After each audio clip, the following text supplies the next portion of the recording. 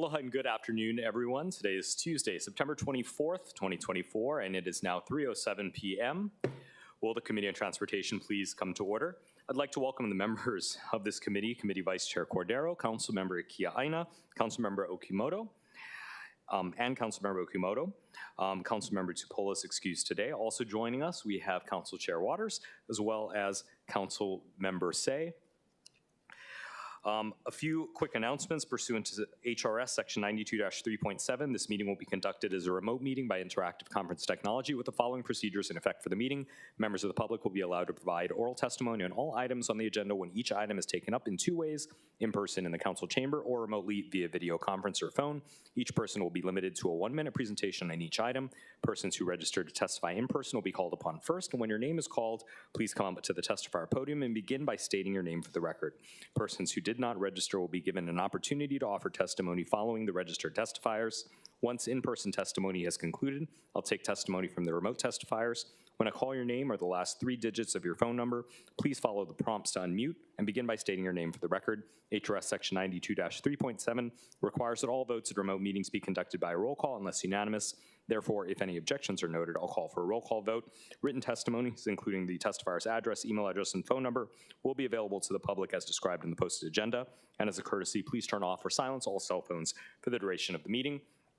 We'll dive right into agenda item number 1. This is Resolution 24-203. This resolution requests that the City Administration designate the Department of Transportation Services as a primary governmental authority having jurisdiction over Fort Street Mall and Union Mall.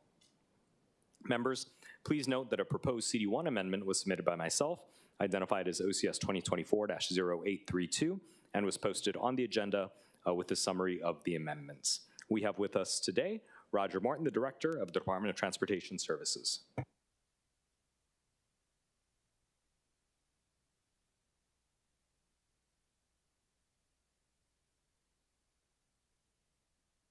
Good afternoon, Chair, members of the Transportation Committee.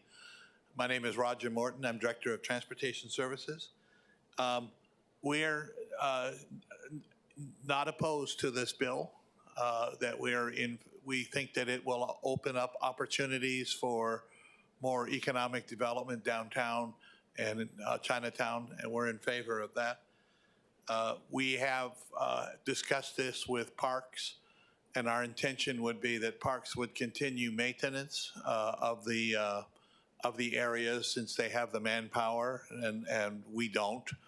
And they were transferred manpower historically. At one point, DFM had responsibility for maintenance, but Parks does now, and they're agreeable to continue that.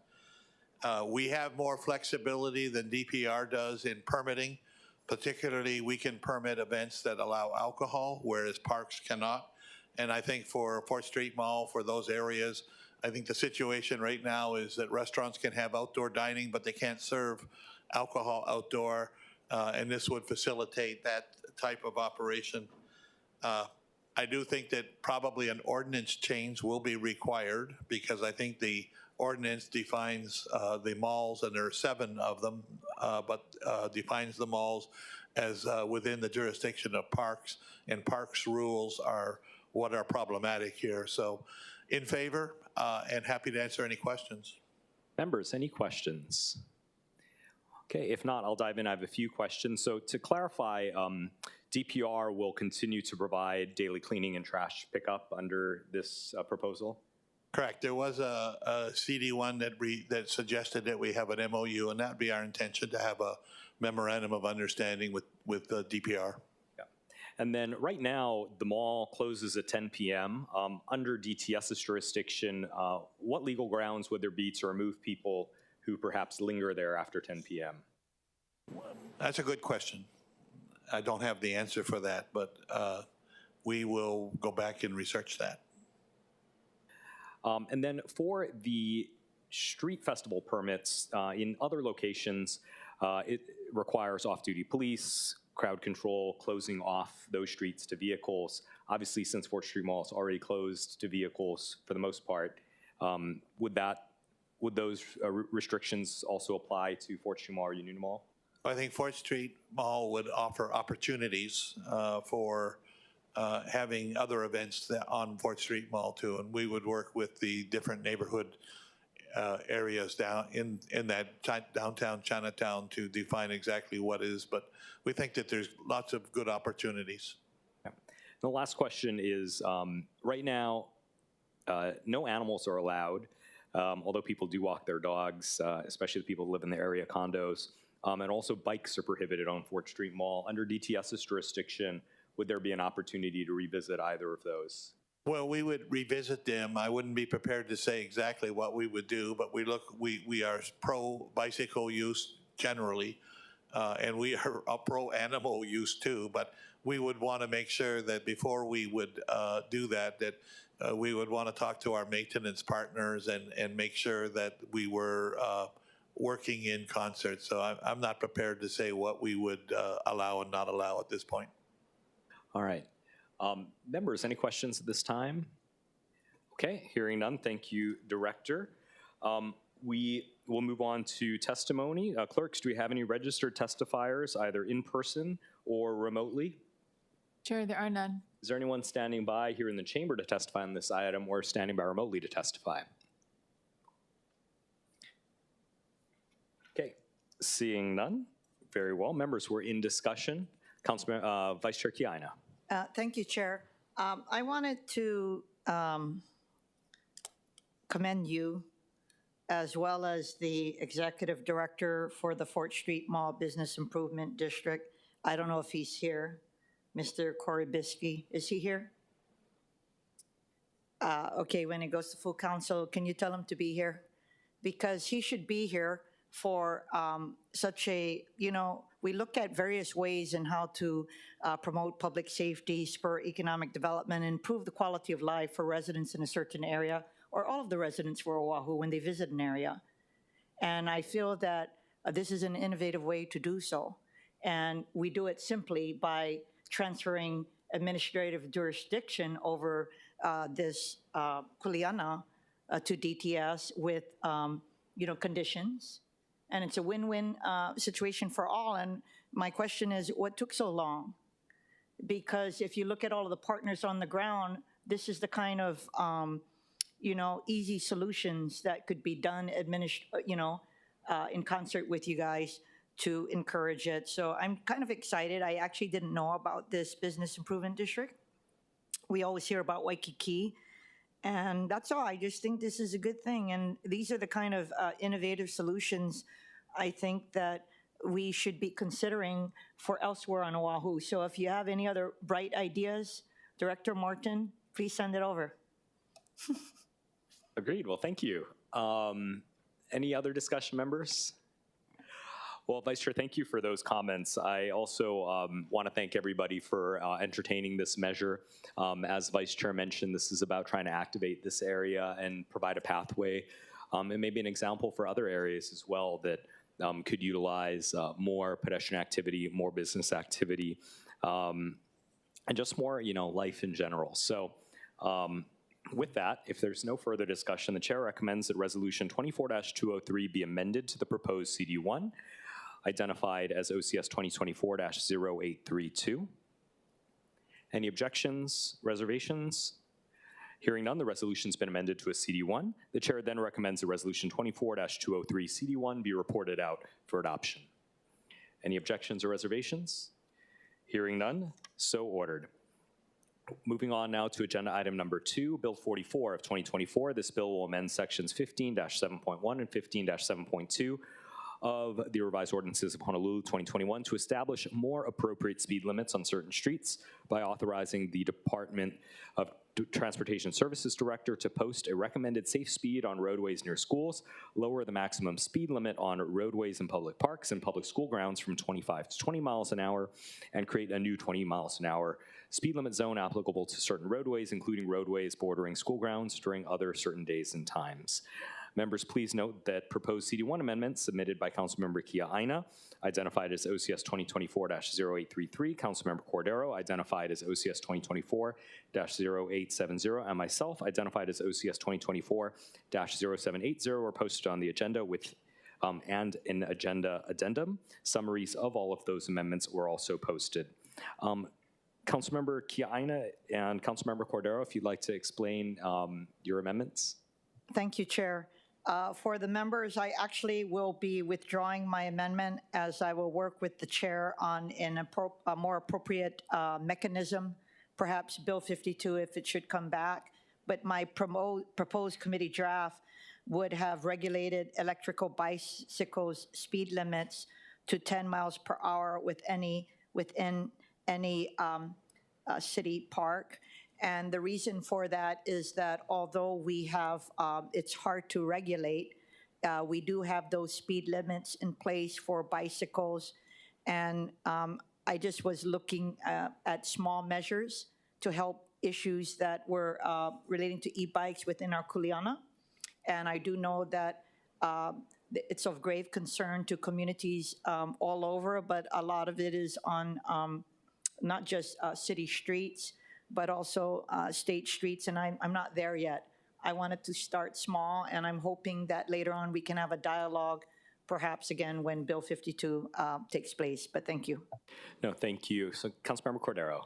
Thank you, Chair. My amendments basically cover discussions from my community relating to implementing authorizing the Department of Transportation Services to implement traffic calming measures. It doesn't really prescribe any one over the other, but also adds a requirement to enhance or do local notification for the surrounding community about those changes and to address concerns. Thank you. Thank you. All right, we have with us the Director of Transportation Services.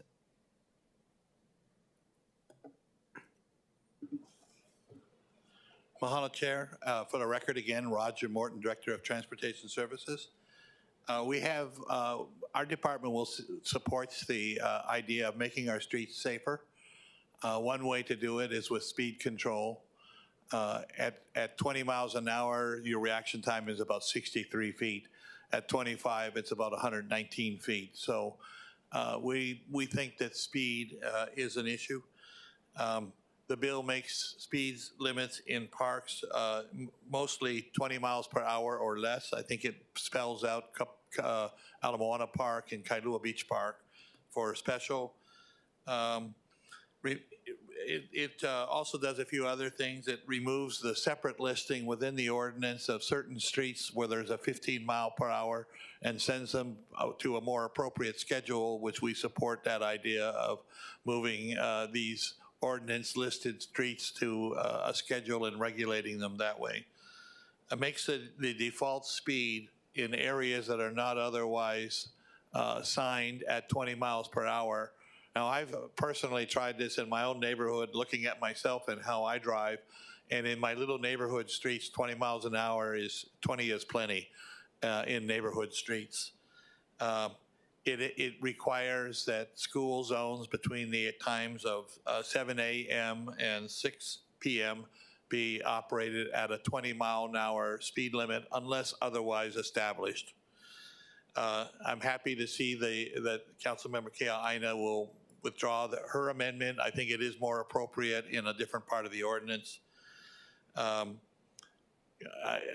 think for Councilmember Cordero, most of the things that you want are already included in our complete streets ordinance, including public notification and those things. And so I think it's the department's view that they're just not required. We're not really against them, but they're already covered in others. As to the chair's CD1, I think that's just a housekeeping primarily measure of getting rid of some really archaic things and we don't have any issues with any of those too. So in support. Thank you. Any questions for the director? Councilmember Cordero. Thank you, Chair. Hi, Director Morton. While it is duplicative, would it be okay to consider still having it in this bill moving forward? It would not impact us, except it might, in some instances, it might make the time frame for when we do something a little longer because we have an added requirement to go and to consult with school officials, for example, which we generally do, But once we put it into a bill, then it establishes a process that we would come up with, and that could potentially lead to a little bit longer. Not opposed to the concept and fully committed to consulting with all stakeholders, including schools and other groups in the area. So the answer is probably really not. It wouldn't make that much impact to us.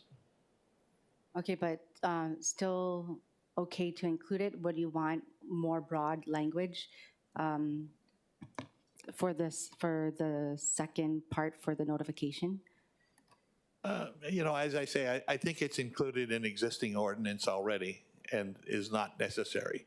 But it is things that we, as a department, are pledged to uphold anyway. But so I throw it out there as that's my comment, is that it just it's not we're against it. We just think that it's already covered. Okay, thank you. All right, members, any other questions? Okay. Oh, Councilmember Okimoto. I just had a question for HPD, if that's okay. Is that? Yeah, why is don't he we coming up bring up next? HPD for his comments? We have Okay. Lieutenant Campbell. Hi, good afternoon, Chair and members of the Transportation Committee. I am standing in for Major Slater today. Unfortunately, he had an unexpected event that needed immediate attention. That being said, we support this bill. The HPD supports this bill.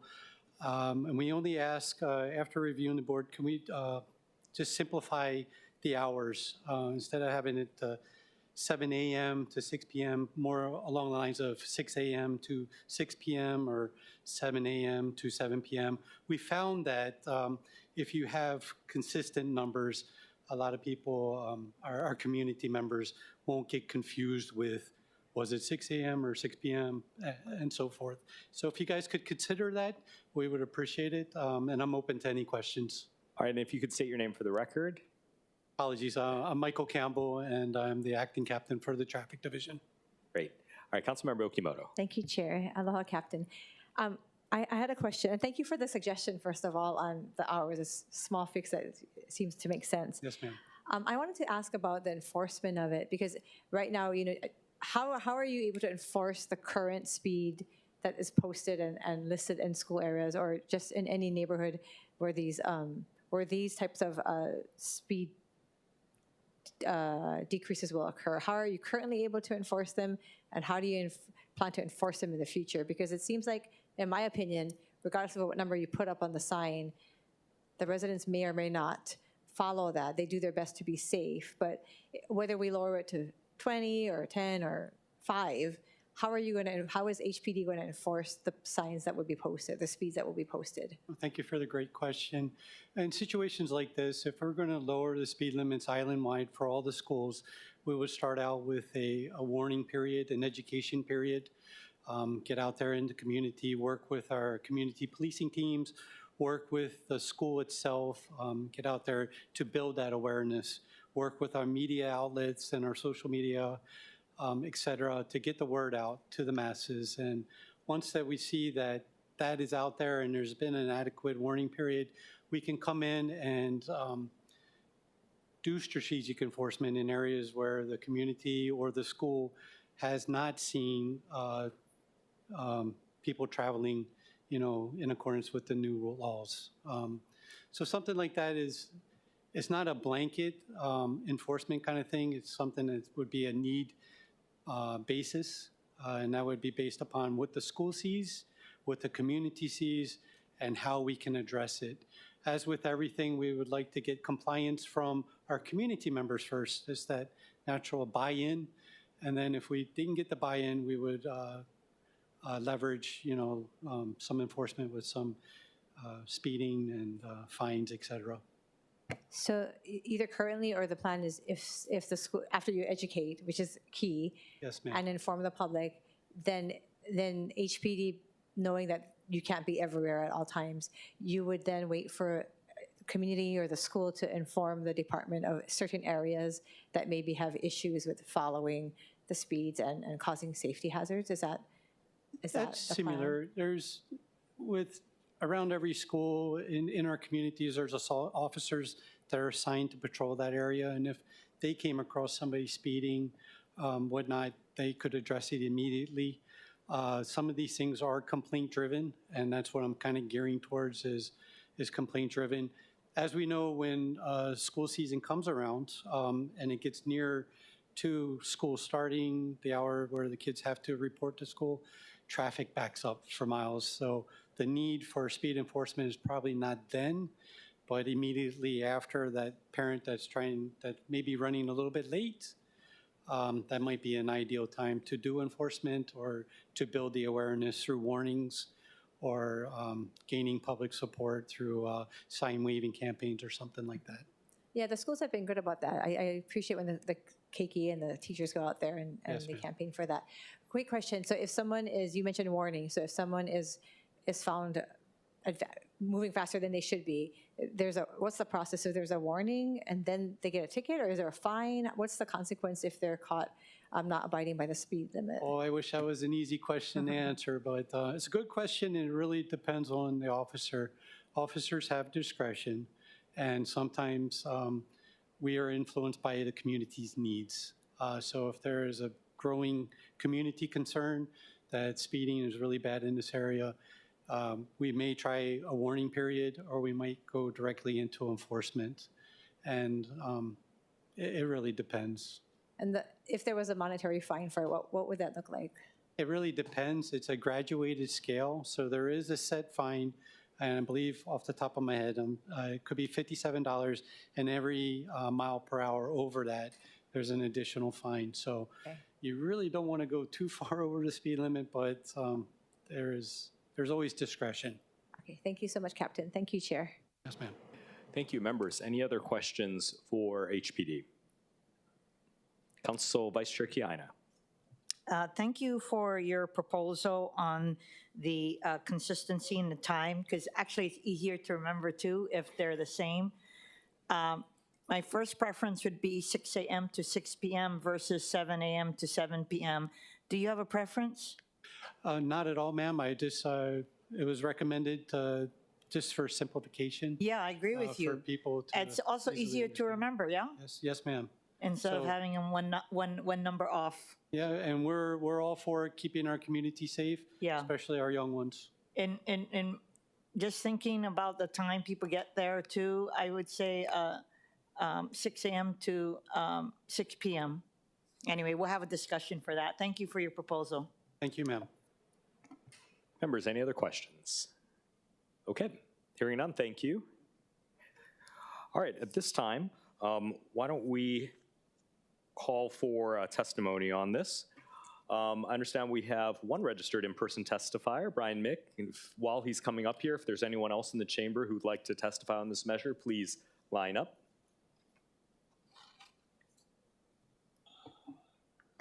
Hello, did I do it?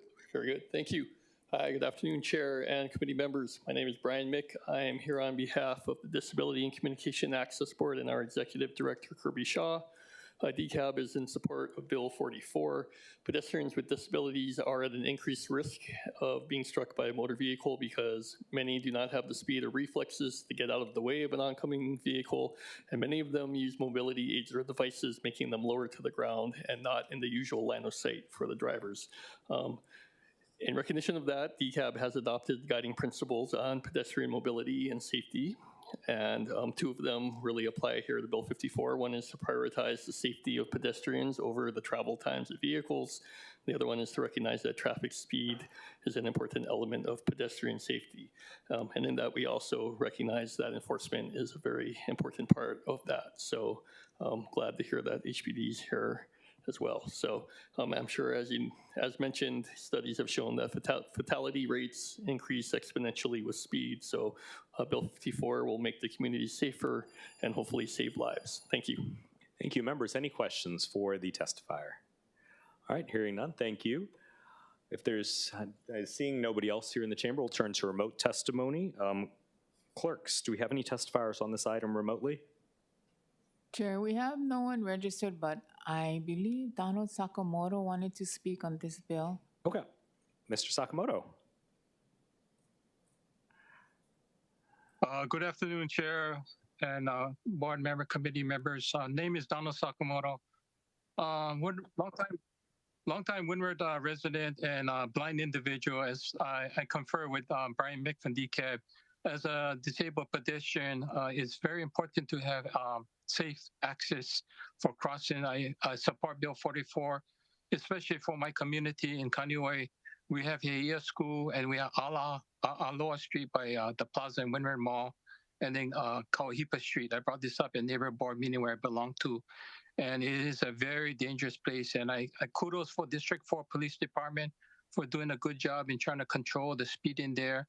But we need to have more emphasis on Bill 44 to be in place to reduce the speed and to prepare to have better preparation in this matter. So famous quote, by failing to prepare, you're preparing to fail, by Benjamin Franklin. So let's do the right thing and prepare and have this bill go forward. Thank you. Thank you. Members, any questions for Mr. Sakamoto? Okay, hearing none. Thank you for being very attentive to all of our transportation agendas. I understand we also have a phone number, area code 714 and ending in 175. Did you wish to testify on this matter? You can press *9 to unmute.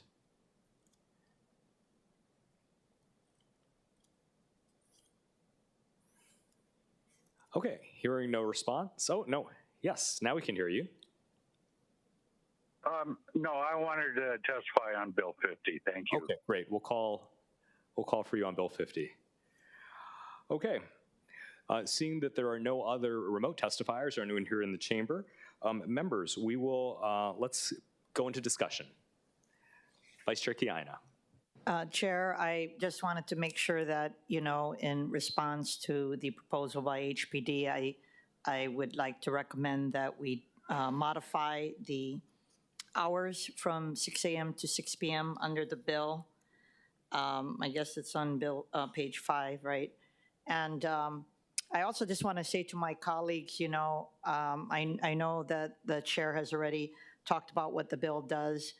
But in addition to the city's Vision Zero program, seeking zero deaths, I just wanted to reemphasize that the number of fatal crashes involving pedestrians has doubled since last year, and pedestrian fatalities make up nearly half of this year's 24 traffic fatalities. And by making this small improvement from 25 to 20 miles per hour around schools and parks, we can decrease the chances of pedestrian fatalities by more than 50%. It's not something to sniff at. It actually is going to help with public safety and taking care of those in our community who are most vulnerable. And that is not just the children and all of the parents and school administrators and teachers that you know that help with the administration of school, but it's also a lot of our kupuna who are walking, who live in near schools. And I know in Kailua, my specific neighborhood, I cringe every time I see kupuna walking across Aulike and Ku'ule near Kailua Elementary School, where we had our press conference, because even if I tell them they should go down the traffic light, the fact is there's a crosswalk there, and they would like to think that the city put it there so that they would be able to walk expeditiously across. So that's all. I just think that it's good for a lot of neighborhoods, not just for school children, but also our kupuna. Yep. Councilmember Cordero. Thank you. Thank you, Chair. I would like to request the Chair and the committee to consider accepting my amendments, especially for the notification. I know that it may be duplicative. However, we know that would change. It takes more than just enforcement, but it also will take education and giving that more leeway time for people to be educated, and the communities as well as the schools to incorporate that in their notifications. One location in particular that I know that we continuously have to remind the school to educate the parents as well as the students is Honolulu High School, and at the corners of Salt Lake Boulevard and Ala Ilima. So that is something that continues to be an issue, but if the department is able to, I guess, tick off the box on their checklist of notifying the schools when they do their initial reach out and education, or not education, but reach out to the schools, I think that may alleviate their burdens. So thank you very much. And I also support the 6 to 6. Thank you. Okay, great. Members, any other discussion? Okay, hearing none. The chair will recommend that Bill 44 of 2024 be amended as follows. We'll take my CD1 as a basis. We will change the hours on page 5 from 6 a.m. to 6 p.m. in accordance with Vice Chair Kiaʻāina's recommendation as well as that of HPD. And we'll also incorporate the amendments in RC2, that is the version from Councilmember Cordero, OCS 2024-0870, authorizing and directing the Director of Transportation Services to evaluate and implement the installation of traffic calming measures, et cetera. Got that? Okay. Everyone understand? Okay. Any objections or reservations to that recommendation? Reservations. Reservations noted from Councilmember Okimoto. Hearing no further objections or reservations, the bill has been amended to a CD1. The chair then recommends that Bill 44, 2024 CD1 be reported out for passage on second reading and scheduling of a public hearing. Any objections? Any reservations? Reservations. Reservations from Councilmember Okimoto. Hearing no further objections or reservations, so ordered. Thank you, members. Now on to Bill 50. This bill will amend existing ordinances governing parades, street festivals, and other activities, including those in Waikiki, to reduce the strain on the community, first responders, and the public caused by the closure of main public thoroughfares, to ensure that the parades, street festivals, and other activities serve a public purpose, to protect the health and safety of the public, and to establish requirements specific to street festivals for the foregoing purposes. We have with us the Director of the Department of Transportation Services, Roger Morton.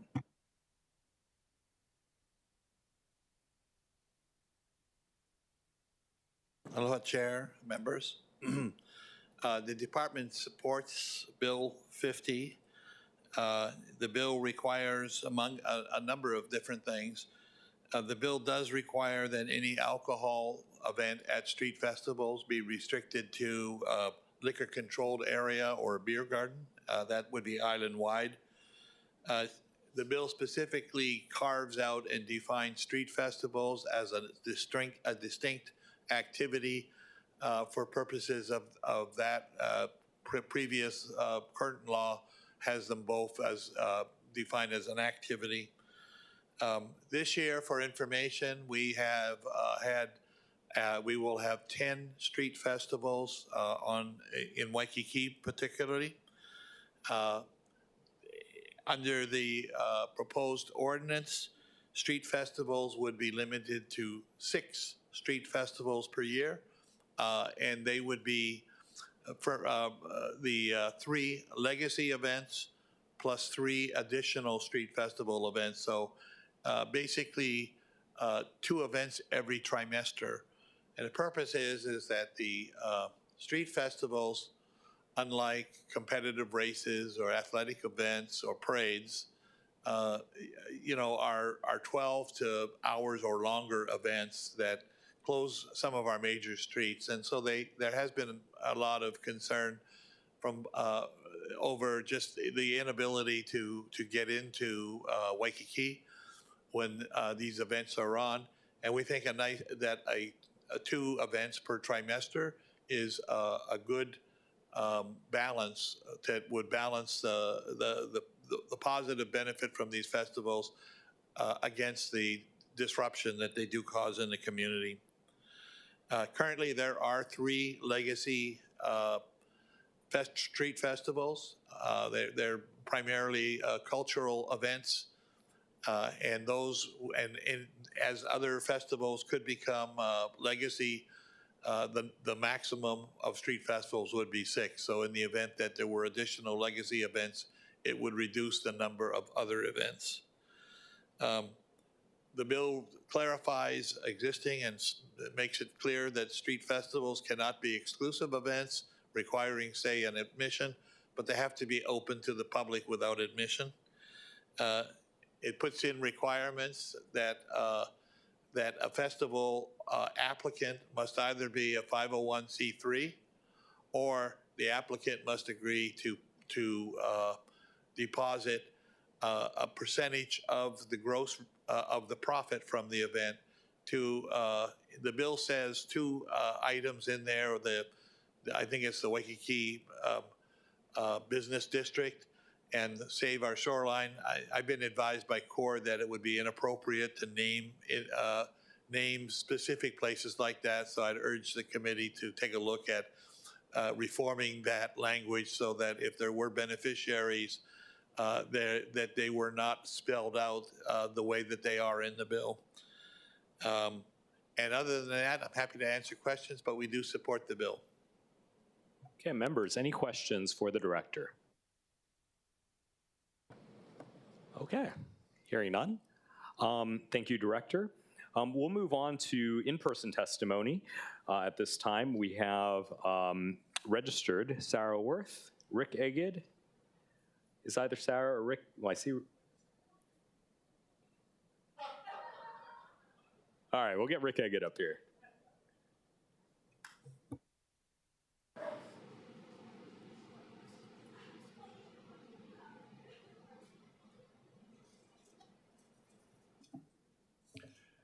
Good afternoon, Chair Tam and members of the committee. My name is Rick Egid, and I'm representing the Waikiki Improvement Association. I'm the president, and also the Waikiki Transportation Management Association. We also discussed this issue and voted on it at our meeting yesterday.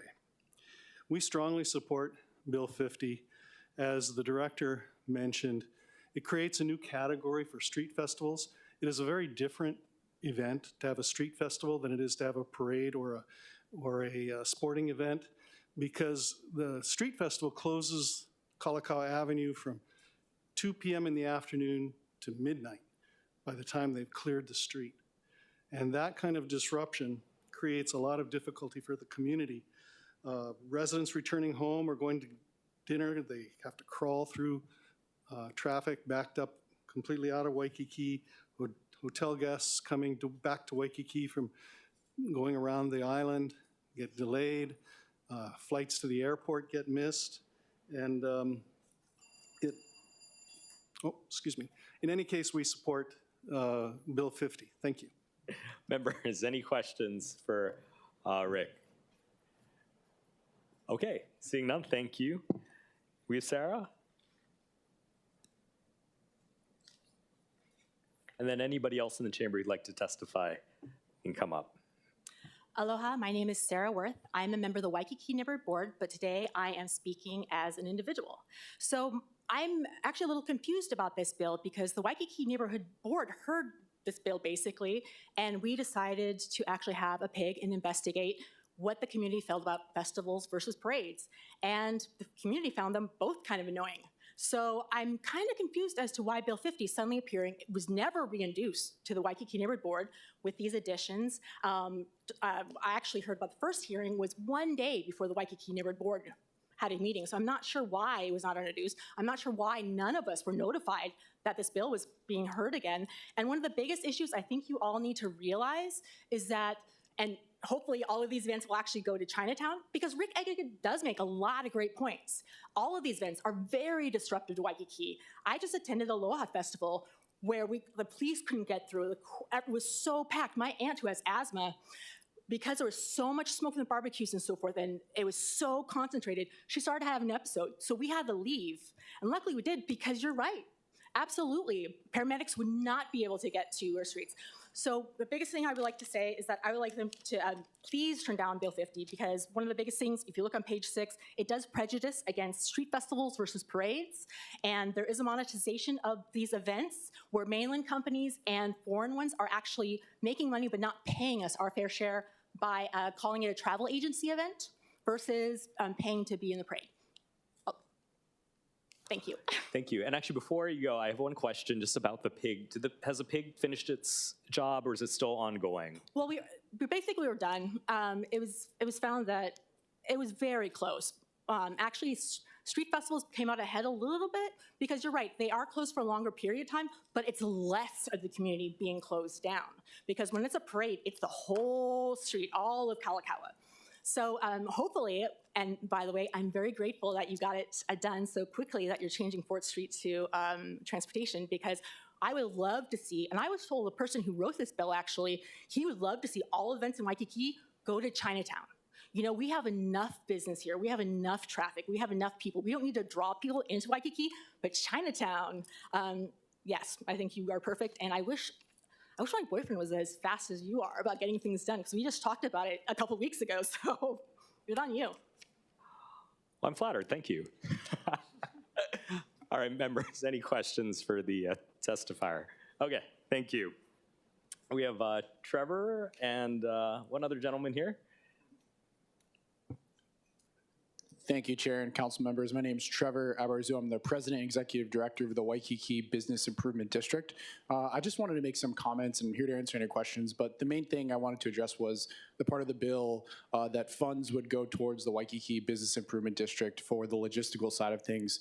And with the just sheer mass amount of events that do happen, we have to hire additional Aloha ambassadors on overtime to do extra trash pickup, extra homeless outreach, extra power washing, and we're not reciprocated back in terms of these events. So I know back in 2023, there was over 30 events. We're getting it down, and hopefully we get down more, but I appreciate the bill sponsor for putting that in there. I'm not sure the legality of that, but it is much appreciated, and it's needed to continue to keep Waikiki clean and safe. So I'm happy to answer any questions. Thank you. Members, any questions? Okay, seeing none, thank you. Oh, hello. Hey, Tyler. How's Good to see you. You too. I'm Robert Finley, testifying as an individual. I'm a longtime Waikiki resident and firmly support Bill 50 that reduces the number of street events that close Kalakaua from 2 p.m. till midnight. Each time these events happen, vehicle and pedestrian traffic is heavily impacted. Kohio Avenue as well as Alawai become backed up, and pedestrians, including those using ADA devices, face challenges crossing side streets when the city adjusts the traffic lights along Kohio Avenue. I have seen frustrated people jaywalking through moving traffic when they wait so long for a light change. As a resident, I utilize many of our local businesses, and some of the industry workers who commute from other locations, Manoa or Waikiki or wherever they live, have told me that on street event nights, they reschedule their jobs so they don't have to work and face the traffic and getting in and out of Waikiki. I understand the need for the legacy events and parades not in Bill 50 that continue to contribute to the economy and provide entertainment for our residents and visitors, but the current number of street events is overwhelming to the residents, and I assume the visitor industry.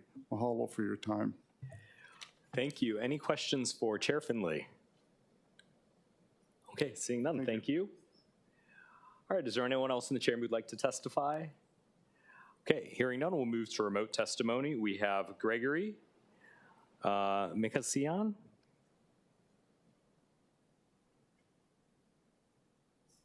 Please proceed.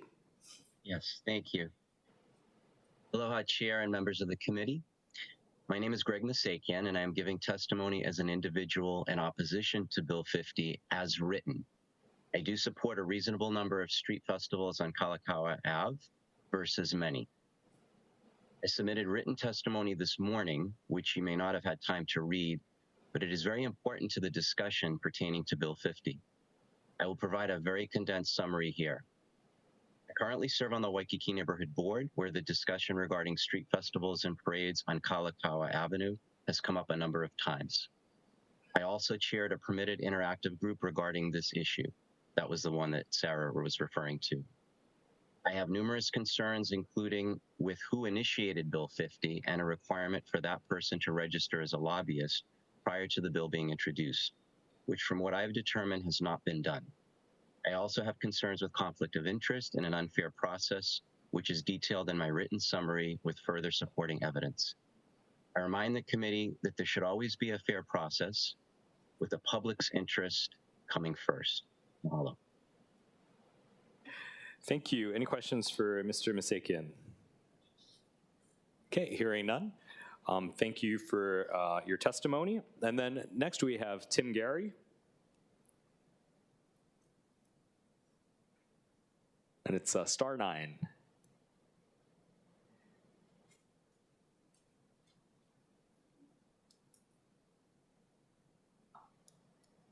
All right, so we have Tim's raised his hand, 714 number. There we go. Now we can hear you. Oh, good afternoon, guys. Tim Gary here. I'm strong supporter of Bill 50, but I have a couple suggestions. When a parade or street festival is being held, I would like to have something put in where the vendor is to offer traffic control for vehicles exiting on the arteries, Kapahulu, Alawai.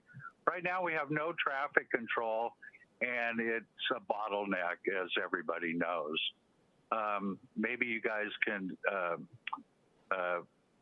think about that. The other one was I strongly encourage festivals and everything to go to Chinatown, to go to various other places, maybe Aloha Stadium, plenty of parking out there. You can have a big festival. And thanks to Chair Waters for bringing this up. The other thing was I was disappointed that it's not going to go into effect until 2026. So any way we can mitigate another 15 months, we would be very grateful. Thanks for your time. Thank you. Members, any questions for Mr. Gary? Okay, hearing none. Up next, we have Donald Sakamoto.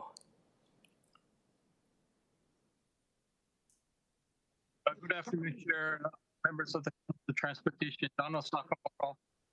As a blind individual, I use paratransit handyvan, as many of you know, and just to get around in Waikiki can be difficult, even with these festivals. But every year I've been planning to attend the Martin Luther King Parade, which I fully support our civil rights. And I walk that parade. It's a long walk, but I do it, and I'm gratified. But I do believe that this bill needs to be passed so we can have some safe access way and alleviate all these festivals by just having a few at a time. And that's my my concerns. Thank you. Okay. Members, any questions for Mr. Sakamoto? Okay, hearing none, thank you. Clerks, is there anyone else standing by remotely to testify? Sure, there are none. Okay. Members, we're in discussion. Chair Waters. Thank you so much for having a hearing on this measure today, and thank you for all the testifiers who came out. I do want to just say that, you know, this has been a long time coming, and it's taken a long time, partly because initially my staff took a shot at drafting the measure. Then we gave it to Corp Council as well as Department of Transportation. Then we had a meeting where the two departments spoke, and then it came back to me, and then it went back to the Department of Transportation, and it went back and forth. I finally thought, at the urging of actually Tim Gary, to finally put it on. And then we could work out any kinks that we need to in committee. I do want to take the time between, hopefully you pass it out today, but between now and the next committee to further work on it. I do also want to acknowledge that on page 4, subsection D, B2, where we said a minimum of blank % to the nonprofits. You know, I know the good work that the Waikiki Business Improvement District does You know, we recognized them during one of our full councils. They clean the streets, they power wash sidewalks, give directions to tourists, assist the police, and now doing storage lockers. Just thought that would be a great give back to the community. And then, of course, the Waikiki Beach Special Improvement District that, you know, they replenish the sand in Waikiki, and it's so expensive to do that. And I thought it'd be great if we could use some of the money that comes out of the community for the community, because I really believe if there's no sand, then we don't have a Waikiki beach. But perhaps in the meantime, we can work with Corp Council to figure out what kind of language that we can either substitute, or if we absolutely have to delete it for legal reasons, we may have to do that. But just want to urge support of my colleagues. Thank you. Thank you. Members, any other discussion? Okay. There being no other discussion, I want to appreciate the work of Chair Waters as well as Waikiki stakeholders. I know that this has been a years and years and years long issue that the residents have had to deal with.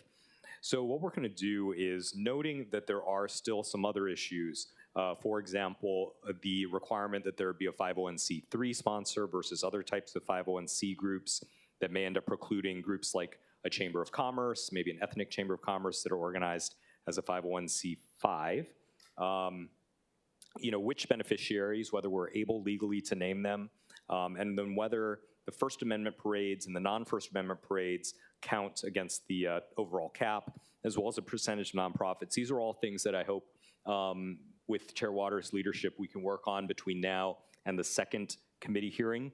But for the time being, what I'd like to do is report this out for passage on second reading and scheduling of a public hearing, and then we're going to come back and do more work in the Transportation Committee to really get this bill, getting it to land in the right place. So the chair recommends that Bill 50 of 2024 be reported out for passage on second reading and scheduling of a public hearing.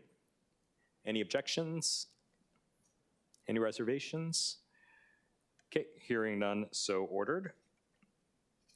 And again, we'll come back to deal with some of these details in the next committee, and I really look forward to hearing more from the Waikiki stakeholders so we can get it to land in the right place. On agenda item number 4, Bill 52, this bill will amend section 15-2.33 of the revised ordinances of Honolulu 2021 to regulate the possession and use of bicycles and electric bicycles in the city and county of Honolulu, and to add a new article for that purpose. I'd like to thank the co-introducer of this bill, Councilmember Tolba. I don't know if you want to make any remarks. Okay, at the end. Okay, in discussion. We have with us the Director of the Department of Transportation Services, Roger Morton. Okay, again, for the record, this is Roger Morton, Director of Transportation Services. The department supports the intent of the bill, and it supports the bill in and of itself. The bill basically defines industry standard classifications of e-bikes as Class 1, Class 2, and Class 3. And we're in full support of defining them within the ordinance. There's been so much going on with e-bikes in the Ewa region, all over the island really, that I think the public expects more than just defining the bills. And for that reason, the department has decided to stand up a working group to take a comprehensive look at e-bike use and regulation in Hawaii. And the agencies that we've identified that we would like to include in this include our agency, DTS, HPD, Emergency Services, DCS for licensing and permitting, CORE for legal, and our partners at the Hawaii Department of Transportation have agreed to also consult with us. Along with our industry or our organizational partners, the Hawaii Bicycling League has agreed that they will do some research for us, and that we will do that. So in looking at the type of issues that we would like to review, these would include issues such as helmet rules, age restrictions, legal e-bike for street use. There's a lot of bikes out there that frankly are not legal on the street right now. We'd like to take a look at whether we can define dangerous riding behavior so that our partners at HPD have a little bit more tools to keep our keiki safe. We'd like to look at defining a little bit better what really are legal riding areas. I don't know if any of you saw the recent tragic death of a man in Koreatown in LA that was struck and died with a sidewalk event. And then finally, we would like to take a look at what type of education we can do. We think that education is a big part of this. So we're gonna stand up the group. We have a timetable. Our commitment to the council would be to have our review completed by the November Transportation Committee so that there would be time to move a bill out by the end of this council term. We would make an interim report in the October transportation meeting. So we're not opposed to passing this measure out right now. It's for this, but we would ask that you consider allowing us to get our working group together.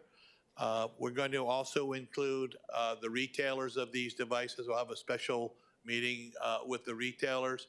We've also asked the Department of Education to consult with us over school use. There's been some schools have banned these bikes, other schools have not, but we'd like to get a view from the Department of Education for that. So we're in support of the bill. We're hoping that it passes out today, but we would like to hold up the final passage of the bill until we've had time to report back to the council. I'd also would relish the idea of making an interim report at our next Transportation Committee meeting. I may not have a whole bunch to report then, but what we're planning are 3 internal meetings that we would try to define the issue better, try to talk about what kind of solutions people had, and then kind of try to tailor whether there was some solutions. There may not be many changes to this ordinance because frankly, a lot of the issues are statewide issues that would be covered in a statewide traffic code.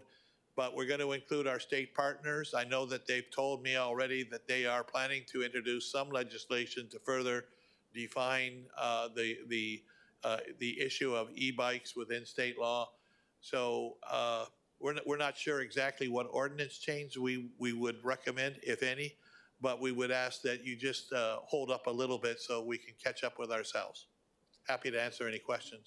Thank you, members. Any questions for the director? Okay. Seeing none, thank you. I'll stick around. I'm sure there will be questions.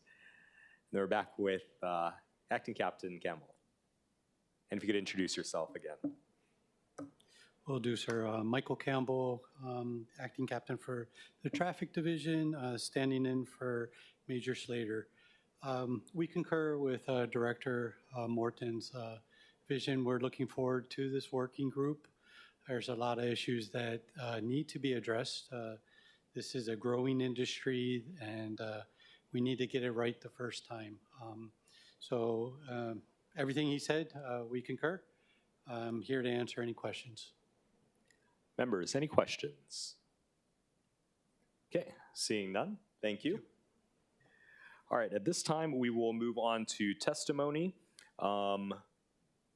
Clerks, do we have anyone who signed up to testify on this matter in person? Chair, there are none. Okay, in that case, is there anyone in the chamber who'd like to testify? All right, Chief Ireland.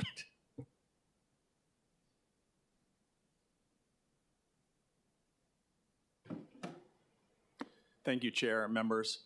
I just wanted to say from the if you EMS could introduce standpoint, yourself, sorry. I'm sorry? Oh, sorry. James Ireland, Director of Honolulu Emergency Services Department. Just wanted to say that we are seeing e-bike accidents with increasing frequency. We're also trying to share all of those with our media partners so they can educate through the media on at least the number of accidents and the types of accidents so people and especially parents can make decisions about these. We're seeing generally 3 types of accidents, and one of them is where people lose control of the bike or the e-bike, either through just their own inexperience, often the younger people, and also through exhibition of speed, wheelies, standing on the seat, things like that. And they're either crashing just in the middle of the road, or they're colliding with stationary vehicles or other stationary objects. We're also seeing incidents where the e-bikes are crashing into pedestrians. They're fast, they're often going on the sidewalk, and they're quiet because they're electric. So we're seeing collisions with not only pedestrians, but other bikes. And then the third type of accident we're seeing is where they're colliding with moving vehicles. And often sometimes it's the e-bike riders at fault, and sometimes it's the vehicle. They're not necessarily wearing reflective clothing. They're kind of darting in and out of traffic. They're crossing turning lanes, and they're colliding with moving vehicles. The injuries we're seeing are extremity injuries and fractures, chest and abdominal and pelvic injuries, as well as head injuries. Now, the head injuries are particularly sad because they are preventable, or at least can be mitigated with a helmet, and we're not seeing a lot of helmet use with e-bikes, including in the children. You know, I monitor, our dispatch does notify me personally, as well as some of our other chiefs, if there is an e-bike accident, because we're really paying close attention to this. And while I was sitting here, I just got alerted that a 13-year-old boy crashed a e-bike on Kailua Road. So the ambulance is responding to that. One of the things we're doing as a department is we have worked with Robert Lau at the Department of Health, EMS branch, as well as our Chief of Quality Improvement, Corey Chalk. And what they've done is now on our ambulance reporting form, they've actually put in a checkbox or an area where the paramedics can note that this was an electric bicycle accident. And so from a data standpoint, you know, going backwards in the data, it's been very difficult, because if it's a bike accident, then we have to look through the narrative to see what type of bike. But now moving forward, and that just went live today, we will be able to give very clear data on how many accidents we are responding to in EMS that involve an electric bicycle. But one of the importance, I think, a thing about terminology is right now we're calling a lot of things e-bikes, but some of these are actually electric motorcycles that will go 70 miles an hour, which are different than the traditional e-bike that will only go 20 that has pedals. So I think defining the terminology is a great start, and then we can use this data, the EMS data, to help further what my goal is to reduce injuries and deaths, especially in children. Thank you. Members, any questions for the director? Okay, hearing none, thank you. Okay, at this time, is there anyone else in the chamber who'd like to testify? Okay, seeing none, we will proceed with remote testimony. I see Donald Sakamoto has his hands up. Good afternoon, Chair, and other members of the Transportation Committee. Donald Sakamoto. As a blind individual, a pedestrian walker, I also participated with Oahu Metropolitan Planning Organization, Citizen Advisory Committee. We had the same discussion about e-bikes and how quiet they are for myself and others who are blind. These people don't have a bell or don't even notify when they're coming behind you or coming forward with you. It's very dangerous for pedestrians like myself. I also brought in years ago at Transportation Chair about segways. These are another issue with quiet vehicles that move around for ADA, and people they don't care who's in front of them. They might be looking at something and just run you over. So I think there's a big issue with this, because work groups should involve with Director Morton, like the National Federation of the Blind of Hawaii, which I belong to, or Hawaii Association of Blind, to give input as a blind individuals what we would like to have in a bill to have the ordinance change for those with disabilities like myself. Thank you. Thank you. Members, any questions for the testifier? Okay, seeing none, we'll move on to the next testifier. I see we have Greg Misakian.